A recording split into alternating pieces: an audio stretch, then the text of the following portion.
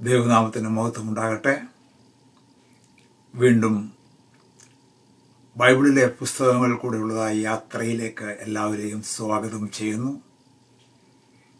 വേദപുസ്തകത്തിൽ പറഞ്ഞിരിക്കുന്നത് പോലെ ഈ പുസ്തകം വായിക്കുന്നവർ അനുഗ്രഹിക്കപ്പെടും, വായിച്ച് കേൾപ്പിക്കുന്നവർ അനുഗ്രഹിക്കപ്പെടും, അതനുസരിക്കുന്നവരും അനുഗ്രഹിക്കപ്പെടും. ഇതേത് ചെയ്താലും ദൈവസന്നിധിയിൽ നമ്മൾ അനുഗ്രഹിക്കപ്പെടുന്നതുകൊണ്ട് ദൈവത്തിൻ്റെ വചനം എത്രയും സമയം കൂടുതൽ പഠിക്കുന്നുവോ അത് നമ്മളുടെ ജീവിതത്തിൽ വളരെ അനുഗ്രഹമാണെന്ന് മനസ്സിലാക്കിക്കൊണ്ട് ദൈവത്തിന് മഹത്വം കൊടുത്തുകൊണ്ട് ദൈവം നമ്മൾക്ക് തന്നിരിക്കുന്നതായ ആ വചനത്തിലൂടെയുള്ളതായ വെളിപ്പാട് കൂടുതൽ പ്രാപിപ്പാൻ തക്കവണ്ണം കർത്താവ് നമ്മളെ സഹായിക്കും എന്ന് വിശ്വസിച്ചുകൊണ്ട് നമ്മളുടെ ബൈബിൾ പഠനം ഇന്നും തുടങ്ങാം. ഇന്ന് ലെസൺ 62 ആണ് നമ്മൾ എടുക്കുന്നത്. കഴിഞ്ഞ ആഴ്ച നമ്മൾ എടുത്തത് ലെസൺ 61, അതായത് ലൂക്കോസിൻ്റെ സുവിശേഷമാണ്. അതിൻ്റെ പാർട്ട് 1 ആണ് ആദ്യത്തെ ചില അധ്യായങ്ങളിൽ. അതായത് നമ്മുടെ കർത്താവായ യേശു ക്രിസ്തു ഈ ലോകത്തിലേക്ക് കടന്നു വന്നപ്പോൾ അതിനോടനുബന്ധിച്ചുള്ളതായ ജനനം, ബാല്യം, ഗലീലയിലെ ശുശ്രൂഷകൾ മുതലായ കാര്യങ്ങൾ ഒക്കെയാണ് കഴിഞ്ഞ ആഴ്ച നമ്മൾ വേഗത്തിൽ പഠിച്ചത്. ഇന്ന് അതിനോട് ചേർന്ന് 62-ാമത്തെ ലെസൺ 5-ാമത്തെ അധ്യായം മുതൽ അവസാനം വരെയുള്ള അധ്യായങ്ങളിലേക്ക് ഒരു സ്പീഡ് ജേർണിയാണ് ഇന്ന് നമ്മൾ നടത്തുവാനായിട്ട് പോകുന്നത്. യേശുക്രിസ്തു പ്രത്യേകം പറഞ്ഞതായ വാക്കുകളൊക്കെ ഓരോന്നിനും മണിക്കൂറുകൾ എടുത്ത് സംസാരിക്കുവാനും അതിൻ്റെ ഇൻ്റർപ്രിട്ടേഷൻസൊക്കെ നൽകുവാനും എക്സജീസിസൊക്കെ നടത്തുവാനുണ്ടെങ്കിൽ തന്നെയും നമ്മൾ അങ്ങനെയുള്ളതായ ഒരു പഠനമല്ല. നമ്മൾ ഈ വേദപുസ്തകത്തിലെ ആദ്യം മുതൽ അവസാനം വരെയുള്ളതായ ബുക്കുകളിൽ എഴുതിയിരിക്കുന്ന എല്ലാ ഭാഗങ്ങൾക്കും ഏകദേശം ഒരു ഐഡിയ നമ്മൾക്കുണ്ടായിരിക്കണം. എന്നിട്ട് സമയമുള്ളപ്പോൾ നമ്മൾ അതിനെക്കുറിച്ച് ഡീറ്റെയിലായിട്ട് ഡീപ്പായിട്ട് പഠിക്കുന്നതും വളരെ പ്രയോജനകരമായിരിക്കും. അതാണല്ലോ നമ്മളുടെ ഈ പഠനത്തോടുള്ളതായ ബന്ധത്തിൽ ഉള്ളതായ ഉദ്ദേശം എന്ന് പറയുന്നത്. ഇനിയും ഇന്ന് നമ്മൾ എടുക്കുമ്പോൾ 5-ാമത്തെ അധ്യായം നമ്മൾ നോക്കുമ്പോൾ അവിടെ മുതൽ നമ്മൾക്ക് കാണുവാനായിട്ട് സാധിക്കുന്നത് നമ്മളുടെ കർത്താവായ യേശു ക്രിസ്തു ഈ ലോകത്തിലേക്ക് കടന്നു വന്നപ്പോൾ രോഗികളെ സൗഖ്യമാക്കുമായിരുന്നു എന്ന് നമ്മൾക്ക് കാണാനായിട്ട് സാധിക്കും. അവൻ്റെ അടുക്കിലേക്ക് വരുന്ന എല്ലാവർക്കും സൗഖ്യം നൽകി. അല്ലാതെ ഈ ലോകത്തിൽ ഉള്ള എല്ലാവരെയും സൗഖ്യമാക്കുവാൻ വേണ്ടി അല്ല യേശു വന്നത്. അവൻ്റെ അടുക്കിലേക്ക് കടന്നു വന്ന് അവനോട് രോഗസൗഖ്യം ആഗ്രഹിക്കുന്നവർക്ക് അവരോട് കർത്താവിന് മനസ്സലിവ് തോന്നി അനുകമ്പയുണ്ടായിട്ട് അവരെ തൻ്റെ കരം നീട്ടിയോ അവൻ്റെ വചനം അയച്ചോ സൗഖ്യമാക്കുന്നതായിട്ടുള്ള ശുശ്രൂഷ നമ്മൾക്ക് കാണുവാനായിട്ട് സാധിക്കും. ആ ശുശ്രൂഷ തന്നെ ഈ പുതിയ നിയമത്തിലുള്ളതായ അപ്പോസ്തലന്മാരെയും പരമേൽപ്പിച്ചിട്ടാണ് യേശു കടന്നുപോയത്. അപ്പോൾ നമ്മളും വിശ്വാസികളായിരിക്കുമ്പോൾ ദൈവസന്നിധിയിലേക്ക് കടന്നു വന്നിരിക്കുന്ന നമ്മളുടെ പ്രാർത്ഥനകൾ ദൈവം കേൾക്കുന്നു. നമ്മളുടെ അപേക്ഷകളിൽ ദൈവത്തിന് മനസ്സലിവ് തോന്നുന്നു. ദൈവത്തിൻ്റെ വചനം അയച്ച് അവൻ നമ്മെ സൗഖ്യമാക്കും എന്നുള്ളത് ദൈവത്തിൻ്റെ വചനമാണ്. അപ്പോൾ ഇവിടെ യേശു ക്രിസ്തു സൗഖ്യമാക്കിയതായ ചില കാര്യങ്ങൾ ലൂക്കോസ് എക്സ്പ്ലെയിൻ ചെയ്തിരിക്കുന്നത് നമ്മൾക്ക് ചിന്തിക്കുന്നത് നമ്മളുടെ അനുദിന ജീവിതത്തിൽ രോഗങ്ങളൊക്കെ ഉണ്ടാകുമ്പോൾ നമ്മളുടെ പ്രിയപ്പെട്ടവർക്കൊക്കെ സൗഖ്യം ആവശ്യമുള്ളപ്പോൾ ഈ ദൈവത്തിൻ്റെ വചനം എങ്ങനെ യേശു ഉപയോഗിച്ചു എന്ന് മനസ്സിലാക്കിക്കൊണ്ട് നമ്മളുടെയും ജീവിതത്തിൽ അത് പ്രാവർത്തികമാക്കുവാനായിട്ട് സാധിക്കും. Praise God. 5-ാം അധ്യായത്തിൻ്റെ 12-ാമത്തെ വാക്യം നമ്മൾ വായിക്കുമ്പോൾ അവിടെ നമ്മൾക്ക് കാണുവാനായിട്ട് സാധിക്കുന്നത് കുഷ്ഠം ഉള്ളതായ ഒരു വ്യക്തിയെ കർത്താവ് സൗഖ്യമാക്കുന്നു എന്നുള്ളതാണ് നമ്മൾക്ക് കാണുവാനായിട്ട് സാധിക്കുന്നത്. 5-ാം അധ്യായത്തിൻ്റെ 12-ാമത്തെ വാക്യത്തിലാണ് അത് നമ്മൾ കാണുന്നത്. അവൻ ഒരു പട്ടണത്തിലിരിക്കുമ്പോൾ കുഷ്ഠം നിറഞ്ഞൊരു മനുഷ്യൻ യേശുവിനെ കണ്ടു കവിണ്ണു വീണു, കർത്താവേ, നിനക്ക് മനസ്സുണ്ടെങ്കിൽ എന്നെ ശുദ്ധമാക്കുവാൻ കഴിയുമെന്ന് അവനോട് അപേക്ഷിച്ചു. യേശു കൈ നീട്ടി അവനെ തൊട്ടു. എനിക്ക് മനസ്സുണ്ട്, ശുദ്ധമാക എന്ന് പറഞ്ഞു. കുഷ്ഠരോഗി എന്ന് പറയുമ്പോൾ വളരെ വൃത്തിഹീനമായ ദേഹമെല്ലാം പൊട്ടി അലിഞ്ഞ് അങ്ങനെ കുഷ്ഠം നിറഞ്ഞിരിക്കുന്നതായ ഒരവസ്ഥ. ആരും അവൻ്റെ അടുക്കിലേക്ക് ചെല്ലുവാനോ സഹായിപ്പാനോ ക്ലീനാക്കുവാനോ ചെയ്യാത്തതായ അവസ്ഥ. എല്ലാവരും അവനെ കൈവിട്ട ഒരു ഒഴിഞ്ഞ കോണിലേക്ക് മാറ്റി നിർത്തുന്നതായ അവസ്ഥ. അങ്ങനെയുള്ളതായ അവസ്ഥയിലുള്ളതായ തൻ്റെ വേദനയിൽ നിന്നും യേശുവിനെ കണ്ടപ്പോൾ യേശുവിനെ കണ്ട് കവിണ് വീണ് യേശുവിനോട് അപേക്ഷിക്കുന്നതായ ഒരു അപേക്ഷയുടെ മുമ്പാകെ യേശു എന്ന് പറയുമ്പോൾ സ്വർഗത്തിൽ നിന്നും ഇറങ്ങി വന്നവൻ, ദൈവത്തിൻ്റെ പുത്രൻ, ഇവൻ്റെ അടുക്കലേക്ക് കടന്നു ചെന്ന് അവൻ്റെ ശരീരത്തിൽ തൊട്ടു അവനെ സൗഖ്യമാക്കി എന്ന് നമ്മൾക്ക് കാണുവാനായിട്ട് സാധിക്കുന്നു. അപ്പോൾ നമ്മുടെ കർത്താവ് തൻ്റെ കരം തൊട്ട് രോഗികളെ സൗഖ്യമാക്കി. അവൻ കരുണയുള്ള ദൈവമാണ്, അനുകമ്പയുള്ളവനാണ്. നമ്മളുടെ വേദനയിൽ, നമ്മളുടെ ഒറ്റപ്പെട്ടതായ അവസ്ഥയിൽ മറ്റാർക്കും ഈ വേദനയോ മറ്റോ മനസ്സിലാക്കുവാനായിട്ട് കഴിവില്ലാത്ത അവസ്ഥയിലും കർത്താവ് അവനെ സഹായിച്ചു എന്ന് നമുക്ക് കാണാനായിട്ട് സാധിക്കും. കുഷ്ഠമെന്ന് പറയുമ്പോൾ പാപത്തിന് തുല്യമായിട്ടാണ് ബൈബിളിൽ നമുക്ക് കാണാനായിട്ട് സാധിക്കുന്നത്. എന്നാൽ യേശു തൊട്ട് കഴിഞ്ഞപ്പോൾ അവനെ ശുദ്ധമായി എന്ന് നമ്മൾക്ക് കാണുവാനായിട്ട് സാധിക്കും. Praise God. അപ്പോൾ കുഷ്ഠത്തിൽ നിന്നും അവന് സൗഖ്യം പ്രാപിച്ചാൽ ആലയത്തിലേക്കുള്ള പ്രവേശനം അവനുണ്ട്. പുരോഹിതന് തന്നെ കാണിച്ച് അവനിൽ നിന്നൊരു സർട്ടിഫിക്കറ്റ് വാങ്ങിക്കാം, ഞാൻ ശുദ്ധനായി തീർന്നു, എനിക്ക് ദൈവത്തിൻ്റെ ആലയത്തിലേക്ക് പോയി ആരാധിക്കുവാനായിട്ട് സാധിക്കും.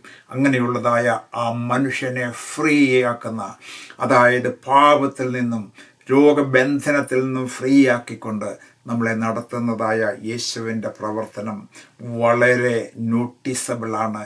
ഇന്നും സഭയിൽ കൂടെ ആ പ്രവർത്തനം നടന്നുകൊണ്ടിരിക്കുന്നു. അപ്പോസ്തലന്മാരെയും ശുശ്രൂഷകന്മാരെയും തങ്ങളുടെ കൈകൾ വെച്ച് രോഗികളുടെ മേൽ വെച്ച് പ്രാർത്ഥിക്കുമ്പോൾ സൗഖ്യമാകും എന്നുള്ളത് ദൈവത്തിൻ്റെ വചനമാണ്. യേശു അത് പഠിപ്പിച്ചതാണ്. ഇന്നും അത് നടന്നുകൊണ്ടിരിക്കുന്നു. ഇനിയും 7-ാം അധ്യായത്തിൻ്റെ 1-ാമത്തെ വാക്യം നമ്മൾ നോക്കുമ്പോൾ അവിടെ നമ്മൾക്ക് കാണുവാനായിട്ട് സാധിക്കുന്നത് ഒരു ശതാധിപൻ്റെ ദാസനെ സൗഖ്യമാക്കുന്നതായ ചരിത്രമാണ് അവിടെ നമ്മൾക്ക് കാണാനായിട്ട് സാധിക്കുന്നത്. ശതാധിപൻ എന്ന് പറയുമ്പോൾ റോമ പട്ടാളത്തിൽ 100 പട്ടാളക്കാർക്ക് അധിപനായിട്ടുള്ളതായ ഒരു ക്യാപ്റ്റനാണ്. അപ്പോൾ വളരെ അധികാരമുള്ളതായ ഒരു മനുഷ്യനാണ്. അവൻ്റെ ദാസൻ സൗഖ്യമില്ലാതെ ഭവനത്തിൽ കിടക്കുമ്പോൾ ഈ ക്യാപ്റ്റൻ അവിടേക്ക് കടന്നു വന്നിട്ട് കർത്താവിനോട് അപേക്ഷിക്കുകയാണ്, അവൻ്റെ അടുക്കലേക്ക് യേശു വരേണം, അവനെ ഒന്ന് സൗഖ്യമാക്കണം എന്ന്. ഈ ശതാധിപനെ സംബന്ധിച്ച് നോക്കുമ്പോൾ ഒരു റോമാക്കാരനാണെങ്കിൽ തന്നെയും യഹൂദന്മാരോടൊക്കെ വളരെ സ്നേഹമുള്ളവനായിരുന്നു. പള്ളിയൊക്കെ തീർപ്പിച്ച് കൊടുത്തവനാണ്, അങ്ങനെ അധികാരമുള്ളവനാണ് എന്നൊക്കെ പറഞ്ഞ് ശിഷ്യന്മാരും ഒക്കെ യേശുവിനോട് റെക്കമെൻഡേഷൻ നൽകുന്നതായിട്ട് കാണുന്നു. അങ്ങനെ യേശു അവിടേക്ക് കടന്നു പോകുവാനായിട്ട് പോകുമ്പോൾ ഈ ശതാധിപൻ പറയുകയാണ്, എന്താണ് പറയുന്നത്? നീ എൻ്റെ പുരയ്ക്കകത്ത് വരുവാൻ ഞാൻ യോഗ്യനല്ല, ഞാനൊരു അന്യജാതിക്കാരനാണ്, ഞാനൊരു ജാതീയനാണ്. നീ ഇവിടെ നിന്ന് ഒരു വാക്ക് കൽപ്പിച്ചാൽ എൻ്റെ ദാസന് സൗഖ്യം വരും എന്ന് ഞാൻ വിശ്വസിക്കുന്നു. പ്രിയപ്പെട്ടവരെ, അവിടെ നിന്ന് നമുക്ക് സംസാരിക്കാനുണ്ടെങ്കിൽ തന്നെയും നമ്മൾക്ക് അവിടെ മനസ്സിലാക്കുവാനുള്ള ഒരു കാര്യം, യേശു അവിടെ പറയുന്നു, ഇസ്രയേലിൽ കൂടെ ഇങ്ങനെയുള്ള വിശ്വാസം ഞാൻ കണ്ടിട്ടില്ല എന്ന് 9-ാമത്തെ വാക്യത്തിൽ പറയുകയാണ്. അപ്പോൾ ആ വിശ്വാസം എന്ന് പറയുന്നത് യഹൂദനായ ഒരു ദൈവപുത്രൻ ഇസ്രായേലിൻ്റെ മധ്യത്തിലേക്ക് വന്ന് ഇസ്രായേൽ ജനം അല്ലെങ്കിൽ യഹൂദ ജനം മൊത്തമായിട്ട്, അല്ലെങ്കിൽ അവരുടെ ശാസ്ത്രിമാരും പരീശന്മാരും പുരോഹിതന്മാർ പോലും, വചനമറിയാവുന്നവർ, യേശുവിനെ കുറിച്ചുള്ളതായ പ്രവചനം അറിയാവുന്നവർ ഇത് മനസ്സിലാക്കിയിട്ട് പോലും യേശുവിൻ്റെ ഈ പ്രവർത്തനത്തെയും രക്ഷണ്യ പ്രവർത്തനത്തെയും വിശ്വസിക്കാതെ ഇരിക്കുമ്പോൾ ഇതിനെക്കുറിച്ചൊന്നും വലിയ ഗ്രാഹ്യമില്ലാത്തതായ ഒരു ജാതീയനായ ഒരു മനുഷ്യൻ, ഈ ശതാധിപൻ പറയുകയാണ്, നീ എൻ്റെ പുരയ്ക്കകത്ത് വരുവാൻ ഞാൻ യോഗ്യനല്ല, നീ ഒരു വാക്ക് കൽപ്പിച്ചാൽ മതി. അപ്പോൾ ഈ ശതാധിപന് പോലും ഒരു പ്രത്യേകമായ വിശ്വാസമുണ്ടായിരുന്നു. അവൻ്റെ വാക്കുകൊണ്ട് ഈ ലോകത്തെ മുഴുവൻ സൃഷ്ടിച്ചവൻ, മനുഷ്യജാതിയെ സൃഷ്ടിച്ചവൻ, അവൻ കണ്ടിട്ടുമുണ്ട് കേട്ടിട്ടുമുണ്ട്. തൻ്റെ വാക്കുകൊണ്ട് പല കാര്യങ്ങളും ഈ ലോകത്തിൽ നടക്കുന്നതായ കാര്യം. കാറ്റിനെ ഒരു വാക്കുകൊണ്ട് ശാസിച്ചാൽ അത് അമർന്നു നിൽക്കും. ഭൂതത്തോട് ഒരു വാക്ക് പറഞ്ഞാൽ അത് മാറിപ്പോകും. അങ്ങനെ രോഗികളൊക്കെ സൗഖ്യമാക്കുന്നു. നീ എൻ്റെ പുരയ്ക്കകത്തേക്ക് വരുവാൻ ഞാൻ യോഗ്യനല്ല, നീ ഒരു വാക്ക് കൽപ്പിച്ചാൽ മതി. അങ്ങനെ തന്നെ അവൻ്റെ അവിശ്വാസം കണ്ടിട്ട് വളരെ ഇംപ്രസ്ഡായിട്ട് യേശു അവൻ്റെ ദാസന് സൗഖ്യം വന്നിരിക്കുന്നു, നീ പൊയ്ക്കൊള്ളുക എന്ന് പറഞ്ഞിട്ട് അവിടെ ചെന്നപ്പോൾ സൗഖ്യമാക്കിയതായിട്ട് കാണുവാനായിട്ട് സാധിക്കുന്നു. അപ്പോൾ ഇസ്രായേലിൽ കൂടെ ഇങ്ങനെയുള്ള വിശ്വാസം ഞാൻ കണ്ടിട്ടില്ല. പലപ്പോഴും നമ്മൾ വളരെ മിസ്യൂസ് ചെയ്യുന്നതായ ഒരു വാക്കാണ് നിന്റെ വിശ്വാസം നിന്നെ രക്ഷിക്കുമെന്നുള്ളത്. ഈവൻ ദൈവത്തെ അറിയാവുന്നവരും ഇല്ലാത്തവർ പോലും പറയുകയാണ്, നീ ഒരു കാര്യം വിശ്വസിച്ചാൽ അത് അങ്ങനെ നടക്കും. അങ്ങനെയുള്ളതായ ഒരു വിശ്വാസമല്ല ഇവിടെ ദൈവപുത്രനോടാണ് ഞാൻ സംസാരിക്കുന്നത്.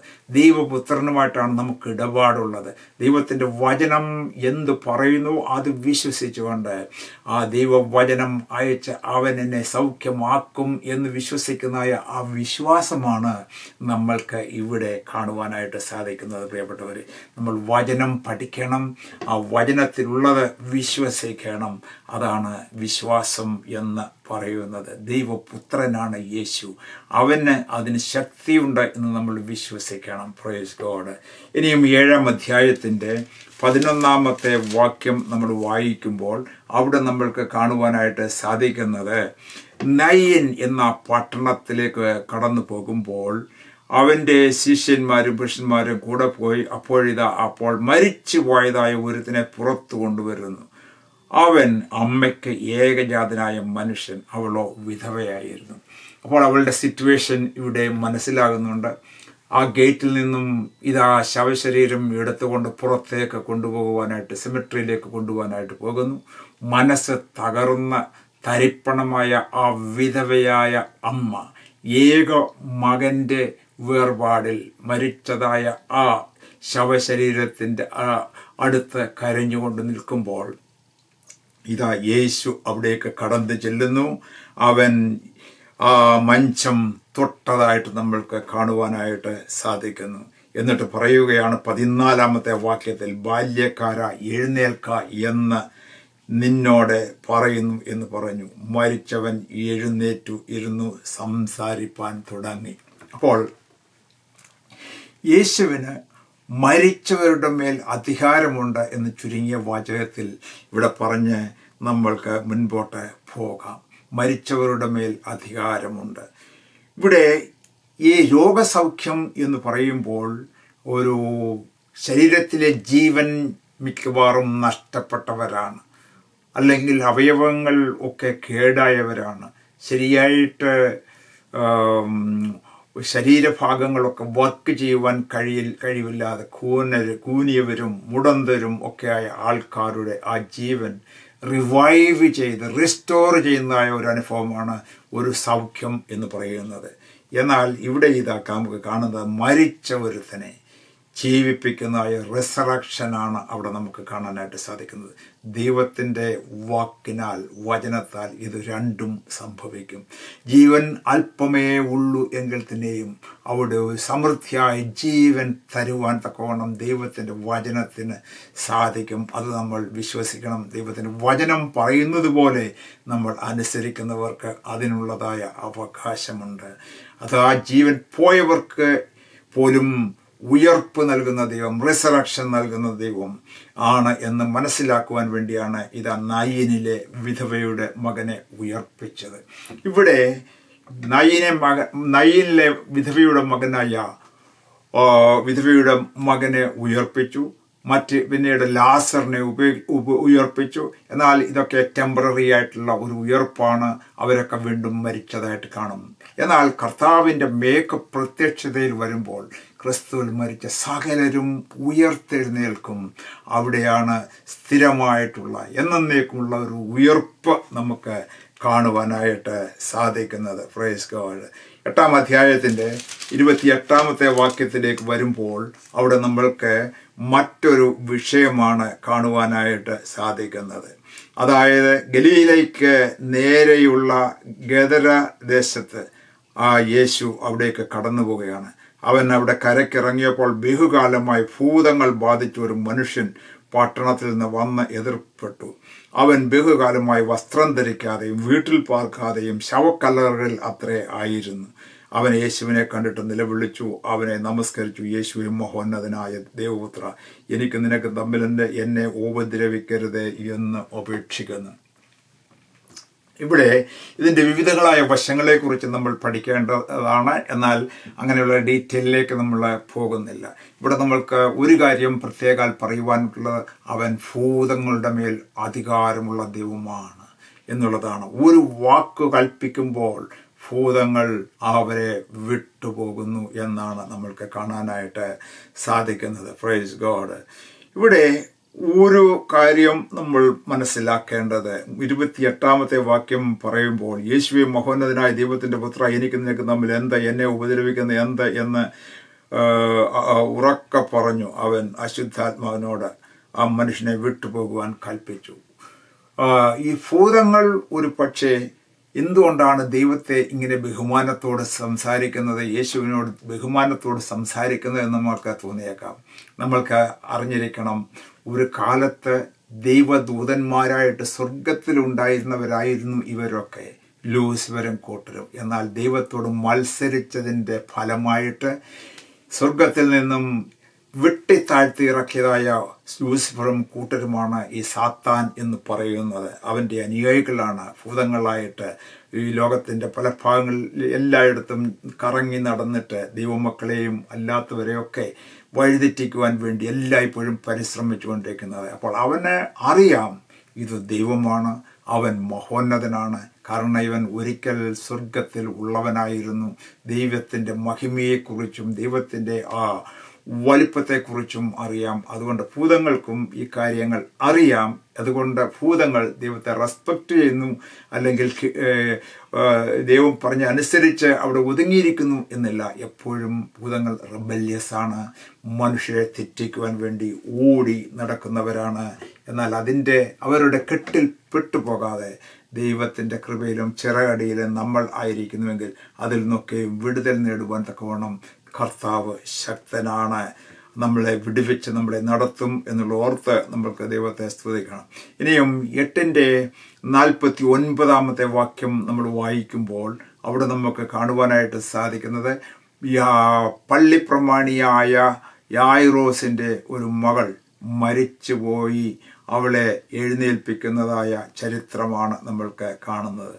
അവിടെ ഇതാ മരിച്ചുപോയി, ഇനി ഇവിടെ ഗുരുവിനെ ബന്ധപ്പെടുത്തേണ്ട എന്ന് പറഞ്ഞ് ആൾ വിടുന്നു. എന്നാൽ യേശു അവിടേക്ക് ചെന്നു, അവളുടെ ആ മുറിയിലേക്ക് കയറി ചെന്നു. എന്നിട്ട് 54-ാമത്തെ വാക്യത്തിൽ യേശു പറയുന്നത് ഇങ്ങനെയാണ്, ബാലെ എഴുന്നേൽക്ക എന്ന് അവളോട് ഉറക്കെ പറഞ്ഞു. അവളുടെ ആത്മാവ് മടങ്ങി വന്നു. അവൾ ഉടനെ എഴുന്നേറ്റ് അവൾക്ക് ഭക്ഷണം കൊടുപ്പാൻ അവൻ കൽപ്പിച്ചു. Praise God. അപ്പോൾ മനുഷ്യരുടെ ഈവൻ മരണത്തിൻ്റെ മേലും അധികാരമുള്ളവനാണ്, ജീവൻ്റെ മേൽ അധികാരമുള്ളവൻ ആണ് എന്നാണ് ഇവിടെ കർത്താവ് നമ്മൾക്കൊക്കെ മനസ്സിലാക്കുവാൻ തക്കോണം ഇങ്ങനെയുള്ളതായ കാര്യങ്ങൾ ചെയ്തത്. മരിച്ചവരെ പോലും ഉയർപ്പിക്കുവാനായിട്ട് ദൈവത്തിൻ്റെ ഒരു വാക്കുകൊണ്ട് സാധിക്കും. 8-ന്റെ-43 വാക്യം നമ്മൾ വായിക്കുമ്പോൾ അവിടെ വേറൊരു രോഗസൗഖ്യമാണ് കാണുന്നത്. അവിടെ പറയുന്നത്, അന്ന് 12 സംവത്സരമായി രക്തസ്രാവമുള്ളതും മുതൽ എല്ലാം വൈദ്യന്മാർക്ക് കൊടുത്തിട്ടും ആരാലും സൗഖ്യം വരുത്തുവാൻ കഴിയാത്തവളുമായ ഒരു സ്ത്രീ പുറകിൽ അടുത്തിയെന്ന് അവൻ്റെ വസ്ത്രത്തിന്മേൽ തൊട്ടു. ഉടനെ അവളുടെ രക്തസ്രാവം നിന്നുപോയി. എന്നെ തൊട്ടത് ആർ എന്ന് യേശു ചോദിച്ചു. ഇതിനെക്കുറിച്ചുള്ളതായ പ്രസംഗങ്ങളൊക്കെ നമ്മൾ വളരെ കേട്ടിട്ടുള്ളതാണ്. എന്നാൽ ഇവിടെ നമ്മളുടെ ബുക്കിൽ കൂടെ നമ്മളുടെ സ്പീഡ് ജേർണി നടത്തുമ്പോൾ ഇതൊക്കെ തൊട്ട് മുൻപോട്ട് പോകുകയാണ്. അതായത് ഈ സ്ത്രീയെ സംബന്ധിച്ചിടത്തോളം 12 സംവത്സരമായിട്ട് ഈ രോഗത്താൽ ഭാരപ്പെടുന്നവളാണ്. മനസ്സ് വ്യസനിക്കുന്നവളാണ്. ആരുടെയും അടുത്തേക്ക് ചെല്ലുവാനായിട്ട് അവൾക്ക് കഴിയുന്നില്ല. അവൾക്ക് മടിയാണ്. സമൂഹത്തിൽ നിന്നും വേർപെട്ട് നിൽക്കുന്ന ഒരാൾ. എന്നാൽ യേശു അതുവഴി വരുന്നു എന്ന് കേട്ടപ്പോൾ സകലതും മറന്നുകൊണ്ട് അവൾ ആരും അറിയാതെ ഇടയിൽ കൂടെ ചെന്ന് യേശുവിൻ്റെ വസ്ത്രം വിശ്വാസത്തോടുകൂടെ തൊട്ടാൽ എനിക്ക് സൗഖ്യം വരുന്നുള്ള വിശ്വാസത്താൽ അവൾ തൊടുകയും യേശുവിൽ നിന്നും ശക്തി പുറപ്പെടുകയും. ഹല്ലേലൂയ. എന്നെ തൊട്ടത് ആര് എന്ന് യേശു ചോദിക്കുന്നു. യേശു അത് മനസ്സിലാക്കുന്നു എന്ന് നമ്മൾക്ക് മനസ്സിലാക്കാനായിട്ട് സാധിക്കും. അപ്പോൾ അവിടെയും പറയുന്നത് 48-ാമത്തെ വാക്യത്തിൽ അവൻ അവളോട്, മകളെ, നിന്റെ വിശ്വാസം നിന്നെ രക്ഷിച്ചിരിക്കുന്നു, സമാധാനത്തോടെ പോക. എന്താണ് നിന്റെ വിശ്വാസം? ആരോടെങ്കിലും നേർച്ച കഴിച്ചിട്ടോ ആരോടെങ്കിലും പ്രാർത്ഥിക്കുകയോ ചെയ്താൽ, അങ്ങനെ പൂർണ്ണമായിട്ടും വിശ്വസിച്ചാൽ അവിടെ അത് രോഗസൗഖ്യം വരും എന്നുള്ളതല്ല. എന്നാൽ നമ്മുടെ സൃഷ്ടാവായ ദൈവത്തോട് പൂർണ്ണമായിട്ട് അവനിൽ ആശ്രയിച്ചുകൊണ്ട് വിശ്വസിച്ചുകൊണ്ട് പ്രാർത്ഥിച്ചാൽ രോഗസൗഖ്യം വരും എന്നാണ് ഇവിടെ നിന്നും നമ്മൾക്ക് മനസ്സിലാക്കുവാനായിട്ട് കഴിയുന്നത്. ഇനിയും 9-ാം അധ്യായത്തിലേക്ക് കടന്നു വരുമ്പോൾ അവിടെ നമ്മൾക്ക് കാണാനായിട്ട് സാധിക്കുന്നത് എന്താണ്? അവൻ 12 വരെ അടുക്കൽ വിളിച്ചു, സകല ഭൂതങ്ങളുടെ മേലും വ്യാധികളെ സൗഖ്യമാക്കുവാനും അവർക്ക് ശക്തിയും അധികാരവും കൊടുത്തു. അപ്പോൾ തൻ്റെ ശിഷ്യന്മാരെ ഒക്കെ വിളിച്ചിട്ട് അവൻ അധികാരം കൊടുക്കുകയാണ്. സ്വർഗത്തിലും ഭൂമിയിലും സകല അധികാരവും പ്രാപിച്ച നസ്രയനായ യേശു തൻ്റെ ശിഷ്യന്മാർക്ക് അന്ന് അധികാരം കൊടുത്തു. അതായത് അപ്പോസ്തോലിക സഭ ഈ അധികാരത്തോടുകൂടെ ആരംഭിച്ചു. ഇന്നും ഈ അപ്പോസ്തോലിക സഭ യേശുവിൻ്റെ ശിഷ്യന്മാർ ആരംഭിച്ച, യേശു കൊടുത്തതായ കൽപ്പനയോടുകൂടെ മുൻപോട്ട് പോകുമ്പോൾ സൗഖ്യവും ആരോഗ്യവും നൽകുന്നു. ഭൂതങ്ങളെയും വ്യാധികളെയും അവൻ സൗഖ്യമാക്കുകയും ഭൂതങ്ങളെ പുറത്താക്കുകയും ചെയ്യുന്നു എന്ന് നമ്മൾക്ക് മനസ്സിലാക്കാം. Praise God. 9-ന്റെ 28-ാമത്തെ വാക്യം നമ്മൾ നോക്കുമ്പോൾ അവിടെ നമുക്ക് വേറൊരു കാര്യമാണ് കാണാനായിട്ട് കഴിയുന്നത്. അതായത് ഈ വാക്കുകളെ പറഞ്ഞിട്ട് ഏകദേശം 8 നാൾ കഴിഞ്ഞപ്പോൾ അവൻ പത്രോസിനെയും യോഹന്നാനെയും യാക്കോബിനെയും കൂട്ടിക്കൊണ്ട് പ്രാർത്ഥിപ്പാൻ മലയിൽ കയറിപ്പോയി എന്ന് എഴുതിയിരിക്കുന്നു. അപ്പോൾ ഇവിടെ യേശുവിൻ്റെ ഇന്നർ സർക്കിൾപ്പെട്ടതായ ശിഷ്യന്മാരാണ് ഇവര്. പത്രോസ്, യോഹന്നാന്, യാക്കോബ്. ഇവരെയൊക്കെ എപ്പോഴും തന്നോട് കൂടെ കൂട്ടിക്കൊണ്ടു പോകുന്നതായ ഒരു പതിവുണ്ടായിരുന്നു. ഇവിടെ ഈ യേശു ഇവരെയും വിളിച്ചുകൊണ്ട് മലയുടെ മണ്ടയിലേക്ക് കടത്തി ചെല്ലുന്നു. അവിടെ ചെല്ലുമ്പോൾ എന്താണ് അവിടെ നമുക്ക് കാണുന്നത്? 30-ാമത്തെ വാക്യത്തിൽ 2 പുരുഷന്മാർ അവനോട് സംഭാഷിച്ചു, മോശയും ഏലിയാവും തന്നെ. അവർ തേജസ്സിൽ പ്രത്യക്ഷരായി അവർ യെരുശലേമിൽ പ്രാപിപ്പാനുള്ള നിര്യാണത്തെക്കുറിച്ച് സംസാരിച്ചു എന്ന് ഇവിടെ എഴുതിയിരിക്കുന്നു. ഇത് അപ്പോഴേക്കും ശിഷ്യന്മാരൊക്കെ ഒരു മയക്കം പിടിച്ചിരുന്നു. എന്നാൽ അവർ നോക്കിയപ്പോൾ ഇതാ തേജസ് ഉള്ളതായ മോശയെയും ഏലിയാവിനെയും യേശുവിനോടുകൂടെ നിൽക്കുന്നത് കണ്ടു. പ്രൈസ് ഗോഡ്, സ്തോത്രം. അവിടെ ഒരു ശബ്ദം കേൾക്കുന്നതായിട്ട് നമ്മൾക്ക് കാണുവാനായിട്ട് സാധിക്കും. ഇവൻ എൻ്റെ പ്രിയപുത്രൻ, ഇവന് ചെവി കൊടുപ്പീൻ. പ്രിയപ്പെട്ടവരെ, നമ്മൾക്ക് ഒരു കാര്യം ഇവിടെ നിന്നും മനസ്സിലാക്കുവാനായിട്ട് കഴിയുന്നത്, പലപ്പോഴും യേശുവിനോട് കൂടെ വരുന്നതായ ഈ മോശയും ഏലിയാവും തേജസ്സുള്ള വസ്ത്രം ധരിച്ചവരാണെങ്കിൽ തന്നെയും അവർക്ക് യേശുവിനോടൊപ്പമുള്ളതായ ഒരു ബഹുമാനവും ആദരവും കൊടുത്ത് അവരെ ആ ഒരു രീതിയിൽ പോകുവാനായിട്ടല്ല ദൈവം ആഗ്രഹിക്കുന്നത്. ദൈവപുത്രനെ നാം എല്ലായ്പ്പോഴും കാണണം. അവനോട് സമനായ ആരും ഇല്ല. അതുകൊണ്ടാണ് പിതാവായ ദൈവം ഒരു ശബ്ദം സ്വർഗത്തിൽ നിന്നും അവർ കേൾക്ക പറഞ്ഞത്, ഇവൻ എൻ്റെ പ്രിയപുത്രൻ, ഇവന് ചെവി കൊടുപ്പീൻ എന്ന് പറയുന്നത്. അപ്പോൾ മോശയും ഏലിയാവും അവിടെ യേശുവിന് കൊടുക്കുവാനുള്ളതായ ആ മെസ്സേജ് കൊടുത്തിട്ട്, അല്ലെങ്കിൽ യെരുശലേമിലേക്ക് കടന്നു ചെന്ന് അവിടെ ഉണ്ടാകാനുള്ളതായ ആ കാര്യങ്ങളെക്കുറിച്ചൊക്കെ, കഷ്ടപ്പാടുകളെക്കുറിച്ചൊക്കെ വിവരിച്ചിട്ട് അവരവിടേക്ക് മറയുകയാണ്. എന്നാൽ യേശു നമ്മളോട് കൂടെയുള്ളവനാണ്. ഇവന് ചെവി കൊടുപ്പീൻ, ഇവൻ എൻ്റെ പ്രിയപുത്രൻ എന്ന് അവിടെ കേൾക്കുവാനായിട്ട് കാണുന്നു. എന്നാൽ ഈ ഒരു സാക്ഷ്യം അവരുടെ ജീവിതത്തിൽ വളരെ പ്രാധാന്യമർഹിക്കുന്നതാണ്. അവരുടെ പിന്നാലെയുള്ളതായ ജീവിതത്തിൽ പലവിധമായ പ്രശ്നങ്ങളൊക്കെ ഉണ്ടായപ്പോൾ അവർ പലപ്പോഴും പറയുന്നുണ്ട്, ഞങ്ങൾ മഹിമ കണ്ട സാക്ഷികളാണ്. അപ്പോൾ യേശുവിൻ്റെ മഹിമ അവിടെ വെച്ച് അവർ കണ്ടു. ആ തേജസ്കരിക്കപ്പെട്ടതായ യേശുവിനെ അവിടെ വെച്ച് കണ്ടു. ദൈവത്തിൻ്റെ ശബ്ദവും അവർ കേട്ടു. അതുകൊണ്ടാണ് ഇവർക്കൊക്കെ അത്രമാത്രം ധൈര്യവും ബലവും ലഭിച്ചത് എന്ന് നമ്മൾക്ക് മനസ്സിലാക്കാം. എന്നാൽ 11-ാം അധ്യായത്തിൻ്റെ ലേക്ക് നമ്മൾ കടന്നു വരുമ്പോൾ അതിൻ്റെ 46-ാമത്തെ വാക്യത്തിൽ നമ്മൾക്ക് കാണുന്നതായ ഒരു ഭാഗം ഇങ്ങനെയാണ് എഴുതിയിരിക്കുന്നത്: ന്യായശാസ്ത്രിമാരായ നിങ്ങൾക്ക് അയ്യോ കഷ്ടം, എടുപ്പാൻ പ്രയാസമുള്ള ചുമടുകളെ നിങ്ങൾ മനുഷ്യരെ കൊണ്ട് ചുമപ്പിക്കുന്നു. യേശു ഈ ലോകത്തിലേക്ക് കടന്നു വന്നപ്പോൾ ദേവാലയം സൂക്ഷിക്കുകയും ദേവാലയത്തിൽ കാര്യങ്ങളൊക്കെ ചെയ്യുകയും ചെയ്തുകൊണ്ടിരുന്ന ആൾക്കാരാണ് ഈ ന്യായശാസ്ത്രിമാരും പരീശന്മാരും പുരോഹിതന്മാരും. എന്നാൽ യേശു പറയുന്നത് ഒരു ദൈവപുത്രൻ പറയുന്നു എന്നുള്ളതായ രീതിയിൽ എടുപ്പാൻ ആൾക്കാർക്ക് സാധിച്ചില്ല. ഈ പ്രവചനങ്ങളൊക്കെ നിവൃത്തിയായിട്ട് യേശു ഈ ലോകത്തിലേക്ക് വന്നു എന്നുള്ളത് വിശ്വസിപ്പാനായിട്ട് അവർക്ക് സാധിക്കുന്നില്ല. മോശ എന്ന പ്രവാചകനെ ദൈവം അധികാരപ്പെടുത്തി കൊടുത്തതായ പഴയ നിയമത്തിന് ഒരു പുതുമ കൽപ്പിക്കാനായിട്ട് യേശു അല്ലെങ്കിൽ മശിഹ വന്നു എന്നവർക്ക് വിശ്വസിപ്പാൻ കഴിയാതെ ആ പഴയ നിയമങ്ങളും മോശയുടെ പ്രമാണങ്ങളും വെച്ചുകൊണ്ട് അതേ പിടിച്ചുകൊണ്ട് ഇരിക്കുന്നതായ ന്യായശാസ്ത്രിമാര്, പരീശന്മാര്, പുരോഹിതന്മാര്, ഇവരെക്കുറിച്ച് യേശു പറയുന്നതായ ഒരു വാക്യം എന്താണ്? 46-ാമത്തെ വാക്യത്തിൽ എഴുതിയ ന്യായശാസ്ത്രിമാരായ നിങ്ങൾക്ക് അയ്യോ കഷ്ടം. അവരെ നോക്കിക്കൊണ്ട് അവർക്ക് കഷ്ടം എന്നാണ് പറയുന്നത്. കാരണം എന്താണ്? നിങ്ങൾ എടുപ്പാൻ പ്രയാസമുള്ള ചുമടുകളെ നിങ്ങൾ മനുഷ്യരെ കൊണ്ട് ചുമപ്പിക്കുന്നു. നിങ്ങളുടെ ഈ ശുശ്രൂഷ കൊണ്ട്, പഴയ നിയമത്തിലെ ഈ ശുശ്രൂഷ കൊണ്ട് ആർക്കും രക്ഷിക്കപ്പെടാൻ സാധ്യമാകയില്ല. നിങ്ങൾ ചെയ്യിക്കുന്നതായ പ്രവൃത്തികൾ കൊണ്ട് ആർക്കും രക്ഷപ്പെടാനായിട്ട് സാധ്യമായില്ല. അവർക്ക് ചുമക്കാൻ പാടില്ലാത്തതായ ചുമടുകളെയാണ് നിങ്ങൾ വെച്ചു കൊടുക്കുന്നത്. അതുകൊണ്ടാണ് യേശു പറഞ്ഞത്, ഞാനൊരു പുതിയ നിയമം നിങ്ങൾക്ക് തരികയാണ്, അല്ലാതെ ഈ യാഗം കഴിച്ചുകൊണ്ടോ പഴയ നിയമത്തിൽ മോശ പറഞ്ഞതായ കാര്യം കൊണ്ടോ ആർക്കും സ്വന്തമായി രക്ഷപ്പെടാനായിട്ട് സാധ്യമാകയില്ല എന്ന് പറയുന്നത്.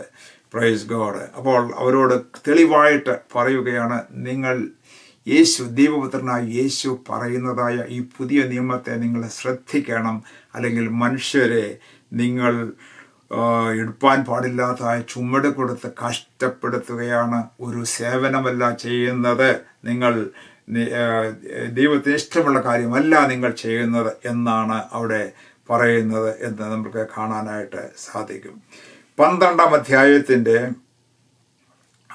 10-ാമത്തെ വാക്യം നമ്മൾ നോക്കുമ്പോൾ അവിടെ എന്താണ് എഴുതിയിരിക്കുന്നത്? അവിടെ മനുഷ്യപുത്രൻ്റെ നേരെ ഒരു വാക്ക് പറയുന്ന ഏവനോടും ക്ഷമിക്കും, പരിശുദ്ധാത്മാവിൻ്റെ നേരെ ദൂഷണം പറയുന്നവനോടോ ക്ഷമിക്കുകയില്ല. വളരെ സീരിയസ് ആയിട്ടുള്ളതായ കാര്യമാണ് ഇത്. പഴയ യേശു ക്രിസ്തു ഈ ലോകത്തിലേക്ക് കടന്നു വന്നു. അപ്പോൾ മുതൽ കഴിഞ്ഞ ലെസണിൽ ഞാൻ പറഞ്ഞതുപോലെ പരിശുദ്ധാത്മാവിന് വളരെ പ്രാധാന്യം. യേശു ജനിച്ചപ്പോൾ പരിശുദ്ധാത്മാവ് അവിടേക്ക് കടന്നു വന്ന് പ്രവർത്തനം ആരംഭിച്ചതാണ് എന്ന് നമുക്ക് കാണാനായിട്ട് സാധിക്കും. യോഹന്നാൻ ജനിച്ചത് പരിശുദ്ധാത്മാവിൻ്റെ ആലോചന അപ്പനും അമ്മയ്ക്കും സക്കറിയാവിനും എലിസബത്തിനും പരിശുദ്ധാത്മാവിൻ്റെ നിറവോടുകൂടെ ആണ് അവരെ നടത്തിയത്. മറിയ പരിശുദ്ധാത്മാവിനാൽ നിറയപ്പെട്ടു. മറിയയും എലിസബത്തും കൂടി ചേർന്നപ്പോൾ പരിശുദ്ധാത്മാവിനാൽ പിള്ളകൾ തുള്ളി എന്ന് പറയുന്നു. അതിനുശേഷമായിട്ട് യേശു കുഞ്ഞിനെയും കൊണ്ട് ആലയത്തിലേക്ക് ചെന്നപ്പോൾ അവിടെ ഇതാ ശിമയോൻ എന്ന് പറയുന്നതായ വയോധികനായ ഒരു മനുഷ്യൻ അവിടെ ഉണ്ടായിരുന്നു. ഹന്ന എന്ന് പറയുന്ന ഒരു പ്രവാചക ഉണ്ടായിരുന്നു. അവരെല്ലാവരും പരിശുദ്ധാത്മാവിനാൽ നിറഞ്ഞു. യേശു സ്നാനപ്പെട്ട് കറിയപ്പോൾ പരിശുദ്ധാത്മാവ് പ്രാവുന്ന പോലെ വന്നു. പരിശുദ്ധാത്മ നിറഞ്ഞവനായിട്ട് മരുഭൂമിയിലേക്ക് കടന്നുപോയി. പ്രിയപ്പെട്ടവരെ, ഇത് പരിശുദ്ധാത്മാവിൻ്റെ ഒരു യുഗമാണ്. ഈ പരിശുദ്ധാത്മാവാണ് സഭയെ നടത്തുന്നത്. ലോകത്തിൻ്റെ എല്ലാ ഭാഗത്തും സർവ്വവ്യാപിയായ പരിശുദ്ധാത്മാവിനെ നമ്മളെ സഹായിപ്പാനും ബലപ്പെടുത്തുവാനും സാധിക്കും എന്നുള്ളതോർത്ത് ആ വാക്യം ഓർത്തുകൊണ്ട് വേണം നമ്മൾ പറയുന്നത്. മനുഷ്യപുത്രൻ എന്ന് പറയുമ്പോൾ യേശുവിനെക്കുറിച്ച് ഒരു വാക്ക് ദോഷമായി പറഞ്ഞാൽ അത് ക്ഷമിക്കും. എന്നാൽ പരിശുദ്ധാത്മാവിനെക്കുറിച്ച് ദൂഷണം പറയുന്നവന് ഒരാളും ക്ഷമ കിട്ടുകയില്ല.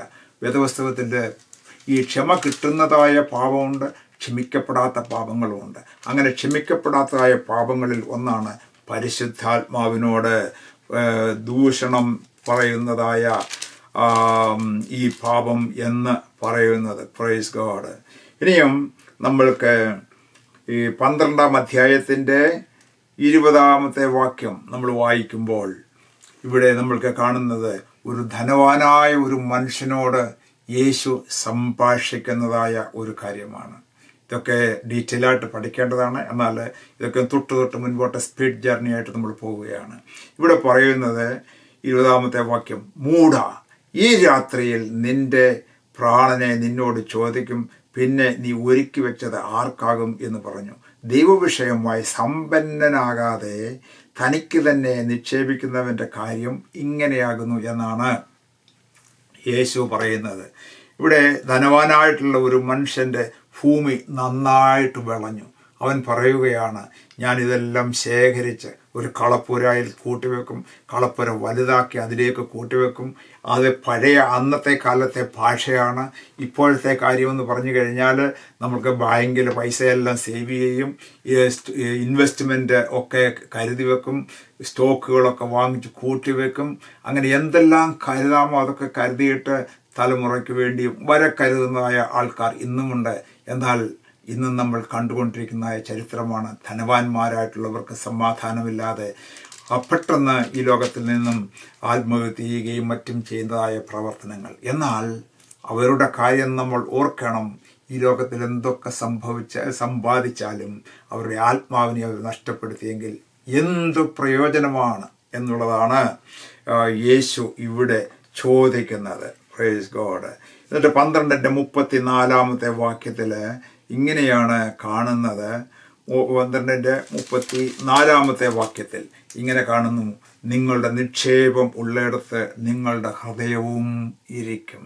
നമ്മളുടെ നിക്ഷേപം എവിടെയാണ്? നമ്മൾ ഈ ലോകത്തിൽ ജീവിക്കുമ്പോൾ കർത്താവിന് വേണ്ടി എന്തെങ്കിലും പ്രവർത്തിച്ച് നമ്മളുടെ വരുമാനത്തിൻ്റെ ഒരു ഭാഗം ദൈവവേലയ്ക്ക് വേണ്ടി ചിലവാക്കിയാൽ, ദൈവദാസന്മാരെ സഹായിച്ചാൽ, ആ ദൈവവേലയ്ക്ക് വേണ്ടി സഹായം കൊടുത്താൽ നമ്മളുടെ നിക്ഷേപം സ്വർഗീയ ബാങ്കിൽ നിക്ഷേപിക്കുകയാണ്. അത് അവിടെ ചെല്ലുമ്പോൾ, ഈ ലോകത്തിലെ ജീവിതം കഴിഞ്ഞ് അവിടെ ചെല്ലുമ്പോൾ നമ്മുടെ അക്കൗണ്ടിൽ അത് കാണും. അവിടെയാണ് നമ്മുടെ നിക്ഷേപം എന്ന് പറയുന്നത്. നിങ്ങളുടെ നിക്ഷേപം ഉള്ളിടത്ത് നിങ്ങളുടെ ഹൃദയവും ഇരിക്കും. എന്നാൽ അതേസമയം ഓപ്പോസിറ്റായിട്ട് ചിന്തിച്ചു കഴിഞ്ഞാൽ നമ്മൾക്ക് എന്ത് മനസ്സിലാക്കാനായിട്ട് സാധിക്കും? ചില ആൾക്കാരുണ്ട് ഈ ലോകത്തിൽ മാത്രം നിക്ഷേപങ്ങളെ സ്വരൂപിച്ചുകൊണ്ട്, പഴയ കാലത്താണെങ്കിൽ സ്വർണം, അതുപോലെ തന്നെ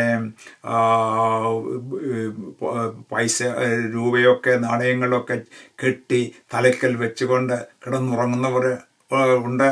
എന്നാൽ അവർക്കൊക്കെ മരിക്കുവാനായിട്ട് വലിയ പ്രയാസം, അതിൽ കെട്ടിപ്പിടിച്ചിട്ട് അതിനോട് ആഗ്രഹമാണ്. അപ്പോൾ അവരുടെ ഹൃദയം ഇരിക്കുന്നത് ഈ നിക്ഷേപത്തിലാണ്, ഈ ലോകത്തിലെ നിക്ഷേപത്തിലാണ്. അവരുടെ ജീവിതം വളരെ പരിതാപകരമാണ് എന്നാണ് ഇവിടെ പറയുന്നത്. നമ്മൾ ജീവിക്കുമ്പോൾ സ്വർഗത്തിൽ നമ്മളുടെ നിക്ഷേപങ്ങളെ സ്വരൂപിക്കുന്നവരായിരിക്കണം എന്നാണ് ഇവിടെ വ്യക്തമായിട്ട് യേശു പറയുന്നത്. ഇനിയും 12-ാം അധ്യായത്തിൻ്റെ 10-ാമത്തെ വാക്യം, 40-ാമത്തെ വാക്യം വായിക്കുമ്പോൾ ഇവിടെ നമുക്ക് കാണുന്നത് എന്താണ്? നിനയാത്ത നാഴികയിൽ മനുഷ്യപുത്രൻ വരുന്നത് കൊണ്ട് നിങ്ങളും ഒരുങ്ങിയിരിപ്പീൻ. ഈ ലോകത്തിലെ നമ്മുടെ ആയുസ്സെന്ന് പറയുന്നത് ആർക്കും നിശ്ചയിക്കാനായിട്ട് പറ്റത്തില്ല.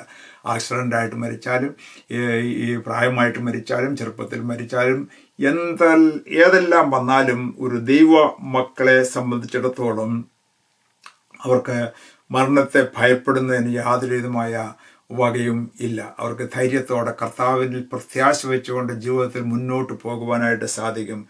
എന്നാൽ ഈ ലോകത്തിലെ നമ്മളുടെ മരണവും അതുപോലെ കർത്താവിൻ്റെ വരവും അതുപോലെ തന്നെയാണ്. നനയാത്ത നാഴികയിൽ മനുഷ്യപുത്രൻ വരും. അങ്ങനെ വരുമ്പോൾ നമ്മൾ ഒരുങ്ങി ഇരുന്നില്ല എങ്കിൽ പ്രശ്നമാണ്. അതുകൊണ്ടാണ് യേശു പറയുന്നത്, നനയാത്ത നാഴികയിൽ മനുഷ്യപുത്രൻ വരുന്നതുകൊണ്ട് നിങ്ങളും ഒരുങ്ങി ഇരിപ്പീൻ എന്നാണ് പറയുന്നത്. പ്രൈസ് ഗോഡ്, ദൈവത്തിന് സ്തോത്രം. ഇവിടെ 13-ാം അധ്യായത്തിൻ്റെ 11-ാമത്തെ വാക്യത്തിൽ വേറൊരു രോഗസൗഖ്യത്തെക്കുറിച്ച് പറയുന്നു. അതിൻ്റെ ഡയഗ്നോസിസിനെ കുറിച്ചും ലൂക്കോസ് പറയുകയാണ്. ലൂക്കോസ് ഒരു വൈദ്യനായിട്ടുള്ള ആളാണല്ലോ. അവിടെ അത് പ്രത്യേകിച്ച് എഴുതിയിരിക്കുകയാണ്. അവിടെ 18 സംവത്സരമായി ഒരു രോഗാത്മാവ് ബാധിച്ചിട്ട് ഒട്ടും നിവരുവാൻ കഴിയാതെ കൂനിയായ ഒരു സ്ത്രീ ഉണ്ടായിരുന്നു.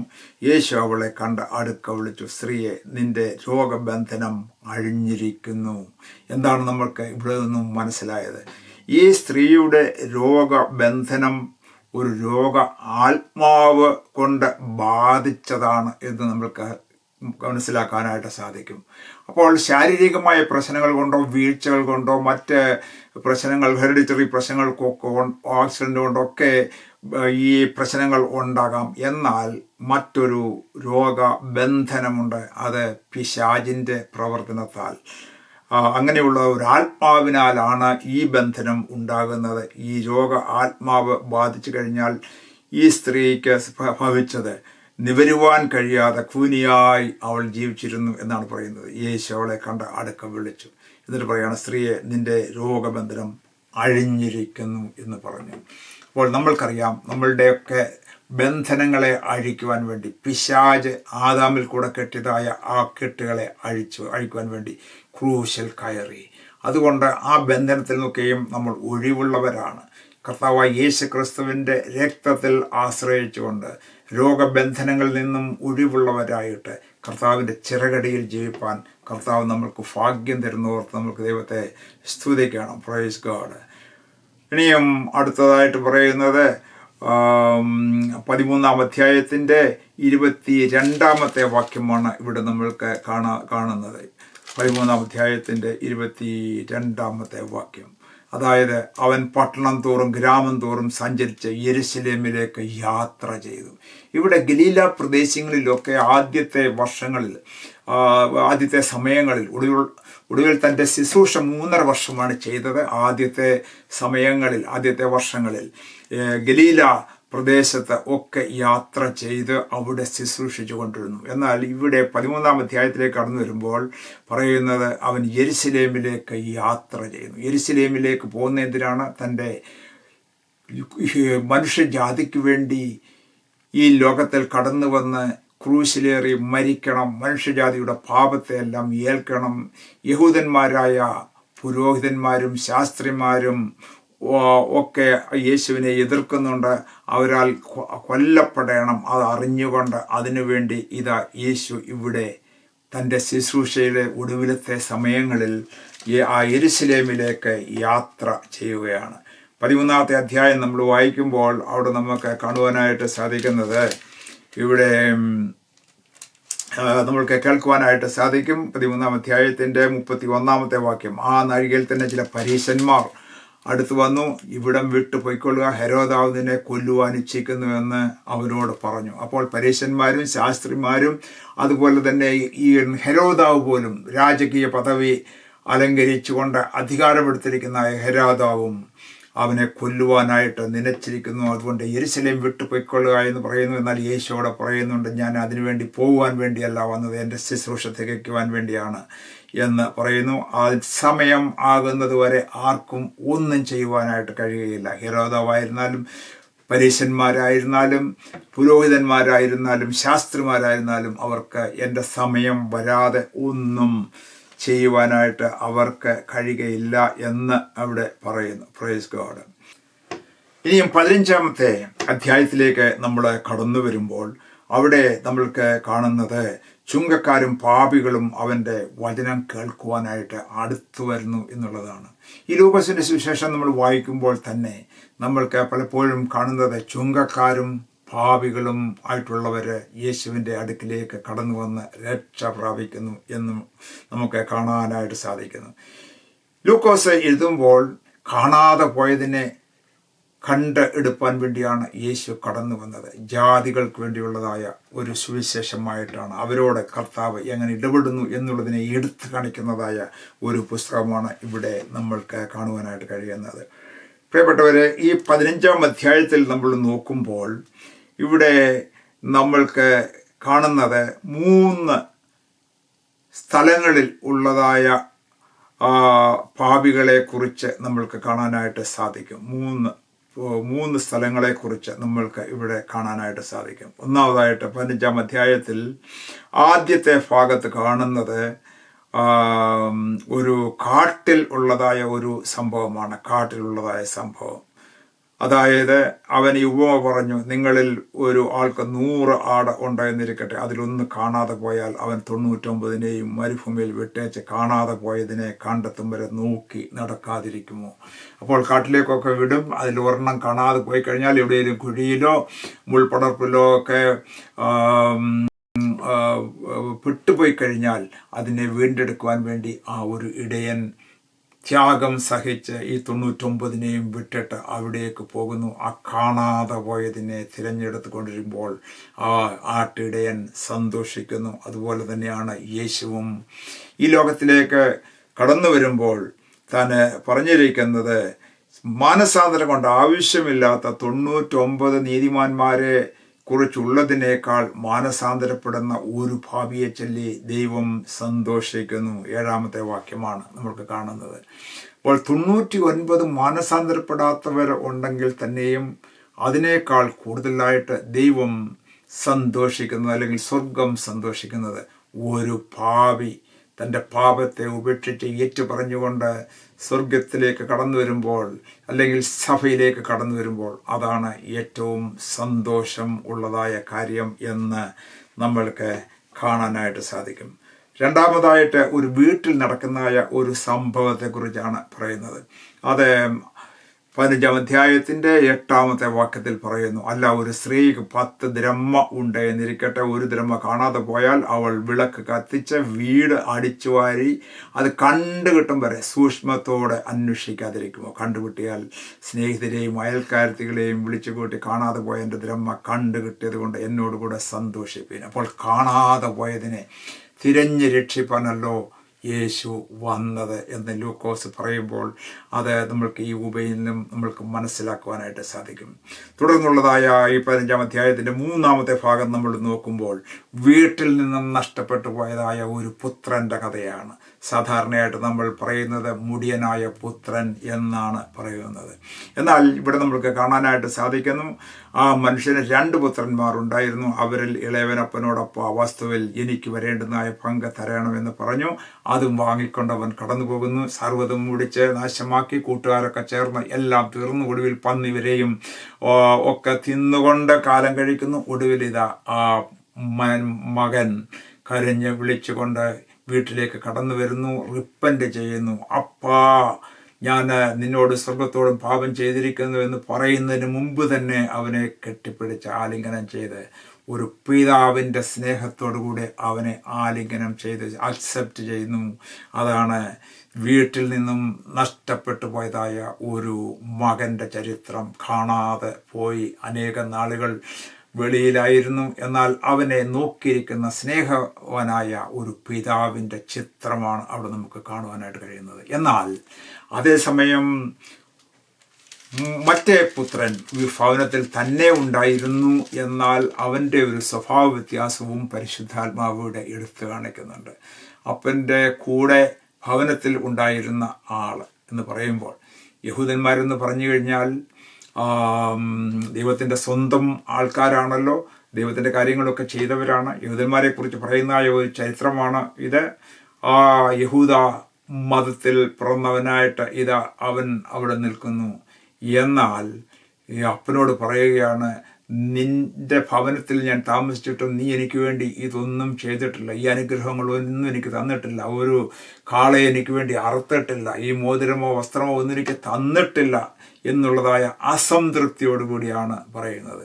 അപ്പോൾ യഹൂദന്മാരെ കുറിച്ചാണ്, അല്ലെങ്കിൽ നാമധേയ ക്രിസ്ത്യാനികളെ കുറിച്ചാണ്. അത് ഈ മൂത്ത പുത്രൻ ഭവനത്തിലാണ് എങ്കിൽ തന്നെ ദൈവത്തോട് അടുപ്പമില്ലാതെ, പിതാവിനെ അറിയുകയോ പിതാവിൻ്റെ സ്നേഹം അനുഭവിക്കുകയോ ചെയ്യുവാൻ ഭാഗ്യമില്ലാത്തതായ ഒരു മകനെയാണ് അവിടെ നമ്മൾക്ക് കാണുന്നത്. എന്നാൽ യേശു പ്രത്യേകം എടുത്ത് നഷ്ടപ്പെട്ടതായ മകൻ തിരിച്ചു വന്നപ്പോൾ അവൻ്റെ വേദനയെ അറിഞ്ഞ് അവൻ്റെ പാപങ്ങളെല്ലാം ക്ഷമിച്ച് കിട്ടിയതായ ആ സന്തോഷത്തോടു കൂടെ പിതാവിനോട് ചേർന്ന് ഭവനത്തിലെ അനുഗ്രഹങ്ങളെ അനുഭവിച്ചറിയുന്നതായ മനുഷ്യൻ, അതാണ് യഥാർത്ഥമായി യേശുവിൻ്റെ രക്തത്താൽ വീണ്ടെടുക്കപ്പെട്ട് സഭയിൽ ദൈവത്തെ ആരാധിക്കുന്നതായ ജനമെന്ന് പറയുന്നത്. അതുകൊണ്ടാണ് അവർ അവസരം കിട്ടുമ്പോഴൊക്കെ യേശുവിൻ്റെ നാമം ഉയർത്തും, ദൈവത്തിൻ്റെ നാമത്തെ ഉയർത്തിക്കൊണ്ട് മുൻപോട്ട് പോകുന്നു എന്നുള്ളതായ കാര്യം നമ്മൾ മനസ്സിലാക്കിയിരിക്കണം. ഇനി 16-ാം അധ്യായത്തിൻ്റെ 19-ാമത്തെ വാക്യം നമ്മൾ നോക്കുമ്പോൾ അവിടെ വേറെ ഒരു കാര്യമാണ് നമ്മൾക്ക് കാണാനായിട്ട് കഴിയുന്നത്. Praise God. അവിടെ ധനവാനായ ഒരു മനുഷ്യനുണ്ടായിരുന്നു. അവൻ ധൂമ്രവസ്ത്രവും പട്ടും ധരിച്ച് ദിനം പ്രതി ആഡംബരത്തോടെ സൂചിച്ചുകൊണ്ടിരിക്കുന്നു. ലാസർ എന്ന പേരുള്ളതായ മനുഷ്യൻ വ്രണം നിറഞ്ഞവനായിട്ടും ദരിദ്രനായിരുന്നു. അവൻ പടിപ്പുരയ്ക്കൽ കിടന്ന് ധനവാന്റെ മേശയിൽ നിന്ന് വീഴുന്നത് വിശപ്പടക്കിക്കൊണ്ട് കിടക്കുവാൻ ആഗ്രഹിച്ചു എന്ന് പറഞ്ഞിട്ട് ആ കഥ നമ്മൾക്കറിയാവുന്ന ലാസറിൻ്റെയും ധനവാന്റെയും. ഒടുവിലായിട്ട് പറയുന്നതായ ഒരു രണ്ട് കാര്യങ്ങൾ ഇവിടെ വളരെ പ്രധാനമാണ്. അതായത് ചിലർ പറയും മരിച്ചു കഴിഞ്ഞാൽ ഉടനെ നരകത്തിലേക്ക് പോകുകയില്ല, അവരുടെ ആത്മാവിങ്ങനെ വിശ്രമിക്കുകയാണ്, യാതൊരു പ്രശ്നവുമില്ല, നീതിമാന്മാരുടെയും പാപികളുടെയും എല്ലാം ആത്മാവ് അവരുടെ പോയി ഇങ്ങനെ വിശ്രമിക്കുകയാണ് എന്ന്. അവർ വിശ്രമിക്കുകയാണ്. എന്നാൽ ഈ കഥയിൽ യേശു പറഞ്ഞതായ ഒരു ചരിത്രമാണ് ഇത് നമുക്ക് കാണാനായിട്ട് മനസ്സിലാക്കാനായിട്ട് സാധിക്കുന്നത്. ഇവിടെ ഒരു ഉപമയല്ല ഈ പറയുന്നത്. യേശു പറയുന്നത് ധനവാനായ മനുഷ്യൻ ഉണ്ടായിരുന്നു, അത് നടന്ന സംഭവമാണ്. ഉള്ള കാര്യം അതുപോലെ പറയുകയാണ്, നടന്ന കാര്യമാണ്.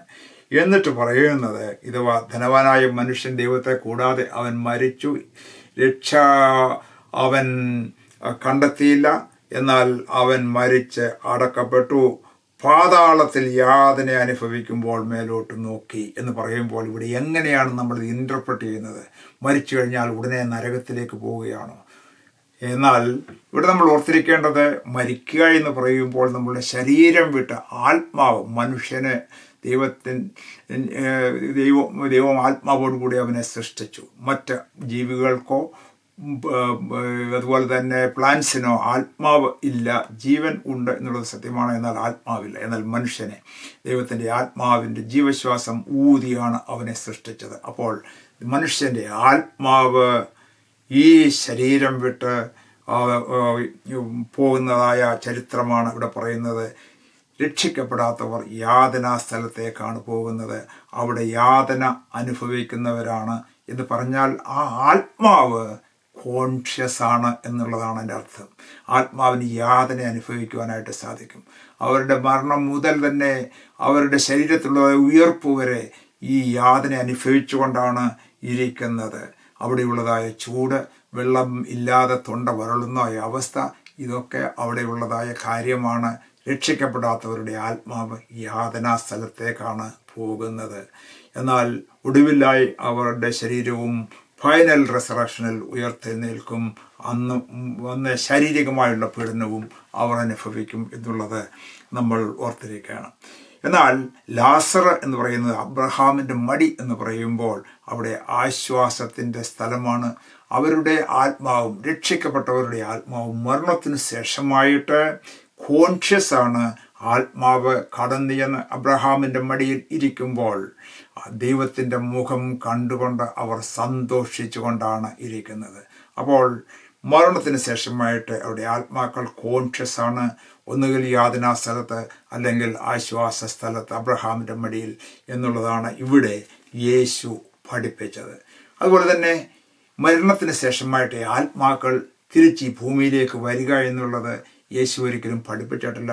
ബൈബിളിൽ ഒരിക്കലും അത് പഠിപ്പിച്ചിട്ടില്ല. അങ്ങനെ ആരെങ്കിലും വിശ്വസിക്കുമെങ്കിൽ റോങ് ടീച്ചിങ് ആണ്. അത് സാത്താൻ്റെ വേഷമെടുത്ത് അങ്ങനെ ആത്മാക്കൾ വരുന്നതായിട്ടൊക്കെ കാണുവാനായിട്ട് സാധിക്കും. സാത്താൻ പോഷ്കിൻ്റെ ആത്മാവാണ്. എന്നാൽ നമ്മളുടെ പിതാക്കന്മാരോ മാതാക്കന്മാരോ ഇവിടെ ആണ്ടുതോറും വരുമെന്നും പറഞ്ഞ് അവർക്ക് വേണ്ടി ഭക്ഷണവും കാര്യങ്ങളും ഒന്നും വെച്ചു കൊടുക്കുകയോ നേർച്ചയോ ചെയ്യേണ്ടതായ യാതൊരു കാര്യമില്ല. അതുകൊണ്ട് യാതൊരു പ്രയോജനവുമില്ല. അവരുടെ ആത്മാക്കൾക്ക് ഈ ലോകം വിട്ടുകഴിഞ്ഞാൽ പിന്നീട് നമ്മൾക്ക് വേണ്ടി ഒരു ഓഫറും അവർക്ക് വേണ്ടി ചെയ്യുവാനായിട്ട് സാധ്യമല്ല എന്നുള്ളൊരു സത്യമാണ്. അതുകൊണ്ടാണ് നമ്മൾ നാളും നാഴികയും എന്താണ് എപ്പോഴാണെന്ന് അറിയാത്തത് കൊണ്ട് എല്ലായ്പ്പോഴും ഒരുങ്ങി ജീവിക്കണം. ജീവിച്ചിരിക്കുമ്പോൾ എന്ത് നാം ചെയ്യുന്നു? യേശുവിനെ രക്ഷിതാവായി സ്വീകരിച്ചിട്ടുണ്ട് എങ്കിൽ നമ്മൾ ആശ്വാസ സ്ഥലത്ത് കടന്നു ചെല്ലും, നിത്യമായ ആശ്വാസത്തിലേക്ക് വരും. അല്ല എങ്കിൽ മരണത്തിന് ശേഷമായിട്ട് എന്നും എന്നേക്കുമായിട്ട് നിത്യമായിട്ട് ഈ നാശകൂപത്തിലേക്ക് കടന്നു പോകും, യാതനാ സ്ഥലത്തായിരിക്കും എന്നുള്ളതും നമ്മൾ മനസ്സിലാക്കി കഴിഞ്ഞാൽ ഇതിൻ്റെ സീരിയസ്നെസ് നമ്മൾക്ക് മനസ്സിലാക്കുവാനായിട്ട് സാധിക്കും. Praise God. 18-ാം അധ്യായത്തിൻ്റെ 35-ാമത്തെ വാക്യത്തിലുള്ള ഒരു കാര്യം കൂടെ ഞാൻ ഓർപ്പിക്കട്ടെ. അവിടെ ഇങ്ങനെയാണ് വായിക്കുന്നത്: അവൻ യെരിഹോമിന് അടുത്തപ്പോൾ ഒരു കുരുടൻ ഇരുന്നുകൊണ്ട് വഴിയരികെയിരുന്നു. പുരുഷാരം കടന്നു പോകുന്നത് കണ്ട് ഇതെന്തെന്ന് അവൻ ചോദിച്ചു. നസ്രായനായ യേശു കടന്നു പോകുന്നുവെന്ന് അവനോട് അറിയിച്ചു. അപ്പോൾ അവൻ, യേശുവേ, ദാവീദ് പുത്രാ, എന്നോട് കരുണ തോന്നണമേ എന്ന് നിലവിളിച്ചു. മുന്നടക്കുന്നവർ അവനെ മിണ്ടാതിരിപ്പാൻ ശാസിച്ചു. അവനോ, ദാവീദ് പുത്രാ, എന്നോട് കരുണ തോന്നണമേ എന്ന് ഏറ്റവും അധികമായി നിലവിളിച്ചു. Praise God. എന്നിട്ട് അവനെ സൗഖ്യമാക്കിയതായിട്ട് ക്ഷണത്തിൽ അവൻ കാഴ്ച പ്രാപിച്ചു, സൗഖ്യം പ്രാപിച്ചു എന്ന് പറഞ്ഞിട്ടാണ് ആ കാര്യം അവിടെ കൺക്ലൂഡ് ചെയ്യുന്നത്. പ്രിയപ്പെട്ടവർ, ഒരു കാര്യം നമ്മൾ ഓർക്കുകയാണ്. ഇവിടെ കുരുടനായിട്ടുള്ള ഒരു മനുഷ്യനാണ്, യാചകരുടെ ഇടയിൽ കിടക്കുന്നവനായ മനുഷ്യനാണ്. അവന് പല എക്സ്ക്യൂസും പറയുവാനായിട്ടുണ്ട്. എന്താണ് എക്സ്ക്യൂസ്? എനിക്ക് കാഴ്ചയില്ലാത്തവനാണ്, എന്നെ കൊണ്ടൊന്നും സാധ്യമാകുകയില്ല, എന്നെ സഹായിപ്പാനായിട്ട് ആരുമില്ല, എൻ്റെ ജീവിതം ഇങ്ങനെ അവസാനിച്ചു പോകുകയുള്ളൂ എന്ന് പറഞ്ഞുകൊണ്ട് ഹോപ്പില്ലാതെ മരിക്കുവാനായിട്ട് അവന് സാധിക്കും. അവനെപ്പോലെയുള്ള അനേകരും അങ്ങനെയാണ് ചെയ്യുന്നത്. എന്നാൽ അതിൻ്റെ പ്രത്യേകത ഇവൻ്റെ ജീവിതത്തിൽ ഉണ്ടായിരുന്നത് എന്താണ്? അവൻ കുരുടനായിരുന്നുവെങ്കിലും അവൻ്റെ ചെവിക്ക് കേൾവി ഉണ്ടായിരുന്നു എന്നുള്ളതൊരു വാസ്തവമാണ്. ആ കേൾവിയിൽ കൂടെ അവൻ കേട്ടു, നസ്രയനായ യേശു ഇതാ വരുന്നു, ഒരു ആരവം കേൾക്കുന്നു. ആരാണ്? അവൻ്റെ വായക്കൊണ്ട് അവന് സംസാരിക്കുവാനായിട്ട് കഴിയുമായിരുന്നു. അവൻ അറിഞ്ഞപ്പോൾ അവൻ്റെ വായ തുറന്നു, അത്യുച്ചത്തിൽ അവൻ വിളിച്ചു പറഞ്ഞു, നസ്രയനായ യേശുവേ, ദാവീദ് പുത്ര, എന്നോട് കരുണയുണ്ടാകണമേ എന്നവൻ്റെ വായ് തുറന്ന് വിളിച്ചു പറഞ്ഞു. അവൻ്റെ കണ്ണ് കാണുവാൻ പാടില്ലാത്ത ബലഹീനത അവനുണ്ടായിരുന്നു. എന്നാൽ അവൻ്റെ വായ് കൊണ്ട് അവൻ സംസാരിച്ചു, അവൻ്റെ ചെവി കൊണ്ട് അവൻ കേട്ടു. അവൻ വിശ്വാസം ഏറ്റുപറഞ്ഞു. എന്താണ് അവൻ്റെ വിശ്വാസം? അവൻ വിശ്വസിച്ചത് ദാവീദ് പുത്രൻ ഈ ലോകത്തിലേക്ക് കടന്നു വരും, ഞങ്ങളുടെ മശിഹയായിട്ട് കടന്നു വരും. ദാവീദ് പുത്ര, എന്നോട് കരുണയുണ്ടാകണമേ എന്ന് അവൻ ഏറ്റു പറഞ്ഞത്, അവൻ്റെ വചനം വിശ്വസിച്ചുകൊണ്ടാണ് അവൻ്റെ വിശ്വാസം ഏറ്റു പറഞ്ഞത്. മറ്റുള്ളവർ അവനെ അധൈര്യപ്പെടുത്തി, അവനെ ശാസിച്ചു, മിണ്ടാതിരിക്കെ അവൻ കൂടുതൽ ഉറക്കം വിളിച്ചു പറഞ്ഞു, ദാവീദ് പുത്ര, എന്നോട് കരുണയുണ്ടാകണമേ. യേശുവ ശബ്ദം കേട്ടു, അവനെ വിളിച്ചു. അവനെ ക്ഷണത്തിൽ സൗഖ്യമായി. ഇതായി അവൻ്റെ കണ്ണ് മൊത്തമായിട്ട് കാണാതെ ഇരുന്നപ്പോൾ ക്ഷണത്തിൽ യേശുവിൻ്റെ ഒരു വാക്ക് കേട്ടപ്പോൾ തന്നെ ക്ഷണത്തിൽ അവൻ സൗഖ്യമാക്കി എന്ന് ഉള്ളതായ ചരിത്രമാണ് ഇവിടെ നമ്മൾക്ക് കാണുന്നത്. നമ്മുടെയും ജീവിതത്തിൽ നമ്മൾക്കില്ലാത്ത കാര്യങ്ങളെക്കുറിച്ച് വിലപിച്ചുകൊണ്ടിരിക്കാതെ, അതിനെക്കുറിച്ച് കംപ്ലൈൻറ്റ് ചെയ്തുകൊണ്ടിരിക്കാതെ, ഈ കുരുടനെ പോലെ എനിക്ക് കാഴ്ചയില്ല അതുകൊണ്ടൊന്നും സാധിക്കില്ല എന്ന് പറഞ്ഞുകൊണ്ടിരിക്കാതെ, നിന്റെ ജീവിതത്തിൽ എന്തുണ്ട്? നിനക്ക് സംസാരിക്കാനായിട്ട് കഴിയുമോ? നിന്റെ നാവ് ഉപയോഗിക്കുവാനായിട്ട് സാധിക്കുമോ? നിന്റെ ചെവി ഉപയോഗിക്കുവാനായിട്ട് സാധിക്കുമോ? അതുപോലെ കർത്താവ് നിന്റെ ജീവിതത്തിൽ എന്ത് നിനക്ക് അനുഗ്രഹം തന്നിരിക്കുന്നു, അത് കർത്താവിൻ്റെ മഹത്വത്തിന് വേണ്ടി ഉപയോഗിച്ചാൽ ദൈവം നിന്നെ അനുഗ്രഹിക്കും എന്നുള്ളതിന് യാതൊരു സംശയവും ഇല്ല. ഈ കർത്താവിൻ്റെ സന്നിധിയിൽ നിന്നും ഈ സൗഖ്യം പ്രാപിച്ചതായ ഈ കുരുടനെ പോലെ നമ്മളുടെയും ജീവിതത്തിൽ വിശ്വാസത്തോടുകൂടെ മുൻപോട്ട് പോകുവാൻ കർത്താവ് സഹായിക്കുമാറാകട്ടെ. ഇനിയും 22-ാം അധ്യായത്തിലേക്ക് നമ്മൾ കടന്നു വരുമ്പോൾ അവിടെ 14-ാമത്തെ വാക്യത്തിൽ ഒരു വാക്യം പ്രത്യേകത എഴുതിയിരിക്കുന്നത് ഇങ്ങനെയാണ്: സമയമായപ്പോൾ അവൻ അപ്പോസ്തലന്മാരുമായി ഭക്ഷണത്തിന് ഇരുന്നു. സമയം ആയപ്പോൾ യേശുവിന് ഈ ലോകത്തിലേക്ക് കടന്നു വന്ന് 3.5 വർഷക്കാലമാണ് ശുശ്രൂഷയ്ക്ക് വേണ്ടി സമയമെടുത്തത്. ആ സമയങ്ങളൊക്കെ പലപ്പോഴും സമയത്തെക്കുറിച്ച് പറഞ്ഞിട്ടുണ്ട്. എൻ്റെ നാഴിക വന്നിട്ടില്ല എന്നുള്ളതായ ചരിത്രം. എന്നാൽ ഇപ്പോൾ യേശു എന്തിനു വേണ്ടിയാണോ വന്നത്, ആ സമയം അടുത്തിരിക്കുകയാണ്. കാൽവറി ക്രൂശിൽ തൻ്റെ ജീവനെ കൊടുത്ത് മനുഷ്യജാതിയുടെ രക്ഷയെ ഒരുക്കുവാൻ വേണ്ടിയാണ് നമ്മുടെ കർത്താവായ യേശു ക്രിസ്തു ഈ ലോകത്തിലേക്ക് വന്നത്. ആ സമയം അടുത്തു വരികയാണ്. അപ്പോൾ പല സ്ഥലങ്ങളിലും പറഞ്ഞിരിക്കുന്ന പോലെ 14-ാമത്തെ വാക്യം, സമയമായപ്പോൾ അവൻ അപ്പോസ്തലന്മാരുമായി ഭക്ഷണത്തിന് ഇരുന്നു എന്ന് നമ്മൾക്ക് കാണുന്നു. ഒടുവിലത്തെ സമയങ്ങളാണ് നമ്മൾക്ക് അവിടെ കാണുന്നത്. 22-ന്റെ 47 വാക്യം നമ്മൾ വായിക്കുമ്പോൾ ഇവിടെ നമുക്ക് കാണുന്നു, അവൻ സംസാരിക്കുമ്പോൾ തന്നെ ഇതാ ഒരു പുരുഷാരം 12 ഒരുവനായ യൂദ അവർക്ക് മുൻനടന്ന് യേശുവിനെ ചുംബിപ്പാൻ എടുത്തു വന്നു. യേശു അവനോട്, യൂദയെ മനുഷ്യപുത്രനെ ചുംബനം കൊണ്ടോ കാണിച്ചു കൊടുക്കുന്നത് എന്ന് പറഞ്ഞു. ഇതാ ആ സമയത്ത് ആ രാത്രിയിൽ ഗെത്സമന തോട്ടത്തിൽ യേശു ആയിരിക്കുമ്പോൾ തന്നോട് കൂടെ ഭക്ഷിച്ച്, തന്നോട് കൂടെ പഠിച്ച്, തൻ്റെ ശുശ്രൂഷയിൽ കിട്ടിയതായ ആദായം ഒക്കെ തൻ്റെ സഞ്ചിയിൽ സൂക്ഷിച്ചുകൊണ്ട് ഒരു ട്രഷറായിട്ട് ജോലി ചെയ്തിരുന്നതായ ഒരു ശിഷ്യനാണ് യൂദ എന്ന് പറയുന്നത്. ഇതാ അവൻ 30 വെള്ളിക്കാശിന് യേശുവിനെ ഊറ്റിക്കൊടുത്തിട്ട് ഇതാ യേശുവിനെ ചുംബനം കൊണ്ട് കാണിച്ചു കൊടുക്കുന്നു. യേശുവിന് ഇത് മനസ്സിലാക്കിയിട്ട് ചോദിക്കുകയാണ് യേശു അവനോട്, യൂദയെ മനുഷ്യപുത്രനെ ചുംബനം കണ്ടോ കാണിച്ചു കൊടുക്കുന്നത് എന്ന് പറഞ്ഞു. പ്രിയപ്പെട്ടവരെ, നമ്മൾ ഒരു കാര്യം മനസ്സിലാക്കണം. പലപ്പോഴും ആത്മീയ ഗോളത്തിൽ പലരും ഇതുപോലെ ഭൗമിക നേട്ടങ്ങൾക്ക് പുറകെ പോകുന്നവരുണ്ട് എന്നുള്ളതിന് യാതൊരു സംശയമില്ല. മറ്റൊരു ഭാഷയിൽ പറഞ്ഞാൽ, നല്ല നാണയങ്ങൾ ഉള്ളിടത്ത് എല്ലാം കള്ള നാണയങ്ങളും കള്ളന്മാർ ഉണ്ടാക്കുന്നുണ്ട് എന്ന് പറഞ്ഞതുപോലെയാണ് ദൈവസഭയിലും ദൈവത്തെ സേവിക്കാത്തവർ ഉണ്ട് എന്നുള്ളതായ സത്യം നമ്മൾ മനസ്സിലാക്കണം. യേശുവും അത് പറഞ്ഞിട്ടുണ്ട്. നല്ല വയലിൽ ശത്രു കള വിതയ്ക്കും, അത് വളർന്നു വരും, ശക്തിയോടെ വളർന്നു വരും.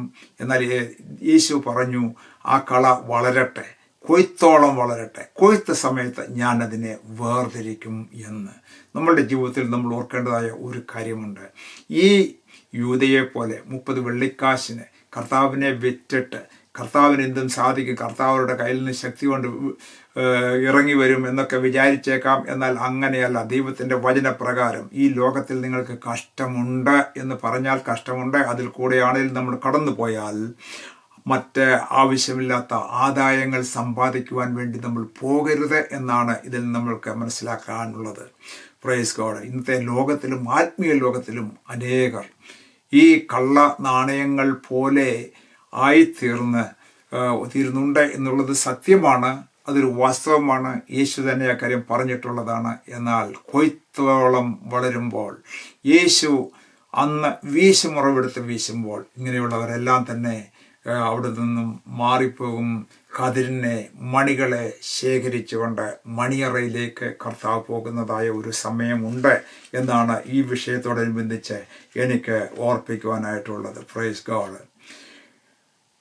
നെഹ്യം 23 അധ്യായത്തിലേക്ക് നമ്മൾ കടന്നു വരുമ്പോൾ അവിടെയൊക്കെ യേശുവിനെ പിടിക്കുന്നു, യേശുവിനെ ക്രൂശിക്കുന്നു, വിസ്തരിക്കുന്നതായ സമയമാണ് നമ്മൾക്ക് കാണുന്നത്. 23 അധ്യായത്തിൽ യേശുവിനെ ക്രൂശിക്കുന്നതായ സംഭവങ്ങൾ നമ്മൾക്ക് കാണുവാനായിട്ട് കഴിയും. Praise God.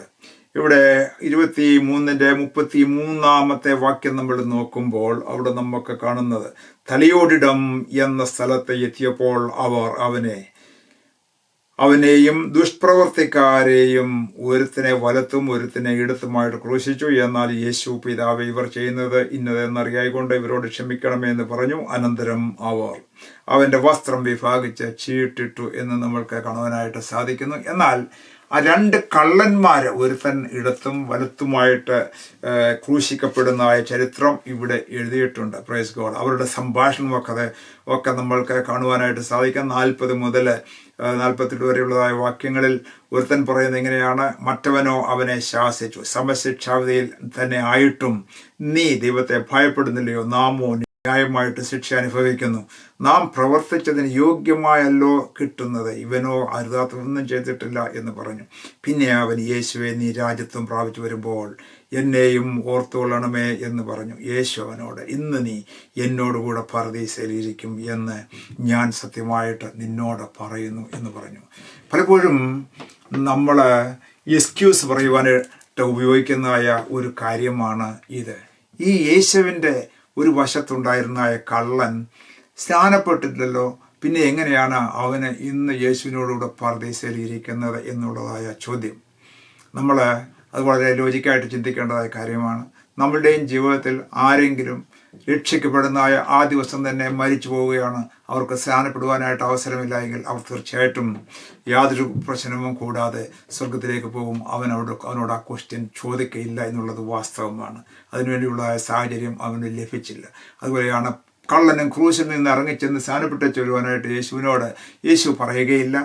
ആ ക്രൂശിൽ കടന്നുകൊണ്ട് യേശുവിനെ സ്വീകരിച്ചു. അവൻ്റെ ആത്മാവ് സ്വർഗത്തിലേക്ക് കടന്നുപോയി.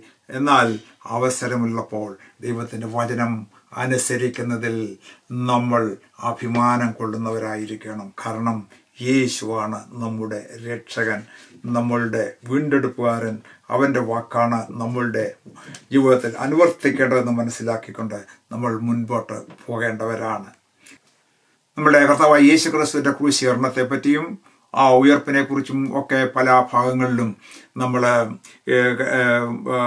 മത്തായിയിലും മർക്കോസിലും ഒക്കെ പഠിച്ചത് കൊണ്ട് അതിനെക്കുറിച്ച് കൂടുതലായിട്ട് ഞാൻ ഡീറ്റെയിൽ ആയിട്ട് പോകുന്നില്ല. നമ്മൾക്ക് അതൊക്കെ അറിയാമല്ലോ.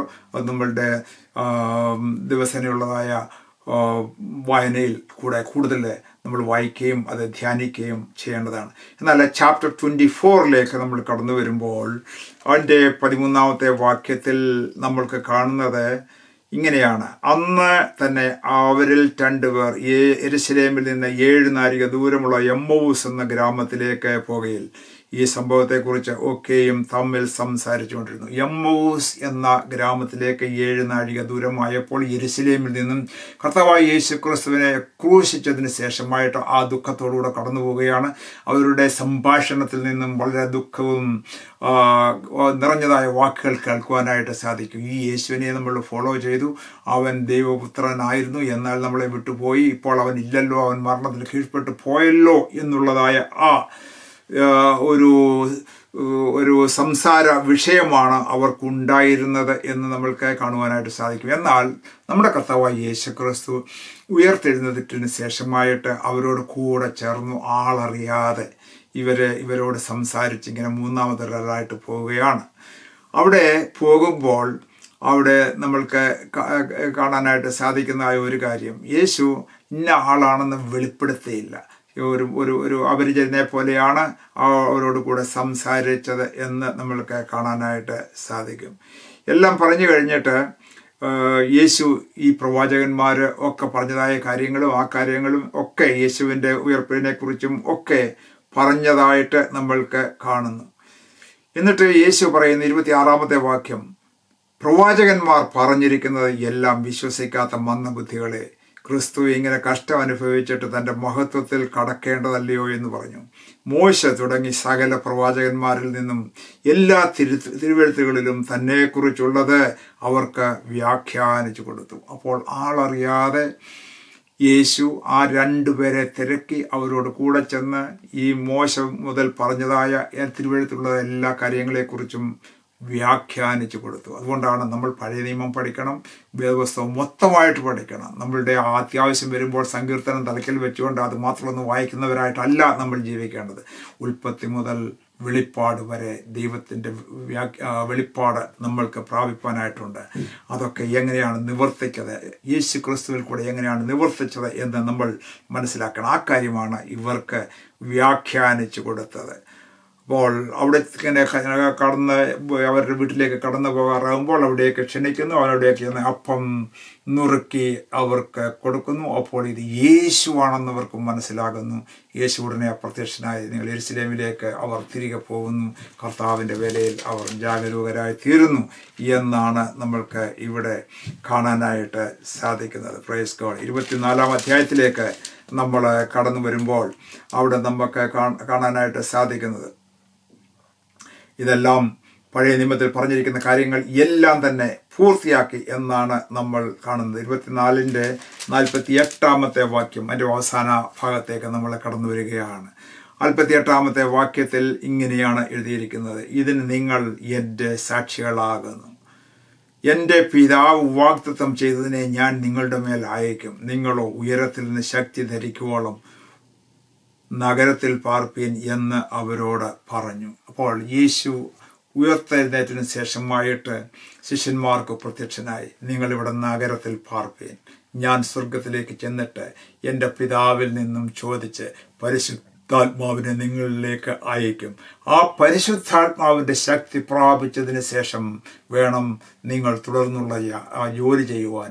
ആ സഭയുടെ ഉദ്ഘാടനം, പുതിയ നിയമസഭയുടെ ഉദ്ഘാടനം ഈ പരിശുദ്ധാത്മാവിൻ്റെ ശക്തിയോടുകൂടി വേണം നിങ്ങൾ ചെയ്യണം എന്ന് യേശു പറഞ്ഞിട്ടാണ് ഉയരത്തിലേക്ക് പോകുന്നത്. അപ്പോൾ ഈ പരിശുദ്ധാത്മാവിൻ്റെ ആ വാഗ്ദാനം യേശു അവിടെ കൊടുത്തായിട്ടാണ് നമ്മൾക്ക് കാണാനായിട്ട് സാധിക്കുന്നത്. Praise God. നിങ്ങളുടെ ഉയരത്തിൽ നിന്ന് അത് പ്രാപിപ്പോളം കാത്തിരിക്കണം. എന്നിട്ട് നമ്മൾക്ക് കാണാനായിട്ട് സാധിക്കും, അനന്തരം അവൻ അവരെ ബഥാനിയോളം കൂട്ടിക്കൊണ്ടുപോയി കൈ ഉയർത്തി അവരെ അനുഗ്രഹിച്ചു. അവരെ അനുഗ്രഹിക്കയിൽ അവൻ അവരെ വിട്ട് പിരിഞ്ഞ് സ്വർഗാരോഹണം ചെയ്തു. പ്രൈസ് ഗോഡ്, സ്തോത്രം. അപ്പോൾ ലൂക്കോസ് തൻ്റെ സുവിശേഷത്തിൽ എഴുതിയിരിക്കുന്നതായ ഒരു പ്രത്യേക കാര്യമാണ് അവൻ സ്വർഗാരോഹണം ചെയ്യുന്നതായ കാര്യം. അതുമാത്രവുമല്ല, സ്വർഗാരോഹണത്തിന് ശേഷമായിട്ട് പിതാവിൽ നിന്നും ഈ പരിശുദ്ധാത്മാവിനെ വാങ്ങി പരിശുദ്ധാത്മാവിനെ നിങ്ങളിലേക്ക് അയക്കും. ഉയരത്തിൽ നിന്നുള്ളതായ ശക്തി ലഭിക്കുവോളം നിങ്ങൾ ഈ നഗരത്തിൽ യെരുശലേമിൽ പാർക്കുക. ആ മാളിമുറിയിൽ അവർ അവിടെ പാർത്ത് അവിടെ ഉയരത്തിൽ നിന്നുള്ളതായ ശക്തി വന്നു. അവർ പ്രസംഗം തുടങ്ങി. ആദ്യത്തെ ദിവസം തന്നെ 3000 പേർ രക്ഷിക്കപ്പെട്ടു. ഇതിൻ്റെ തുടർന്നുള്ള ചരിത്രമാണ് നമ്മൾക്ക് അപ്പോസ്തല പ്രവൃത്തികൾ കാണാനായിട്ട് സാധിക്കുന്നത്.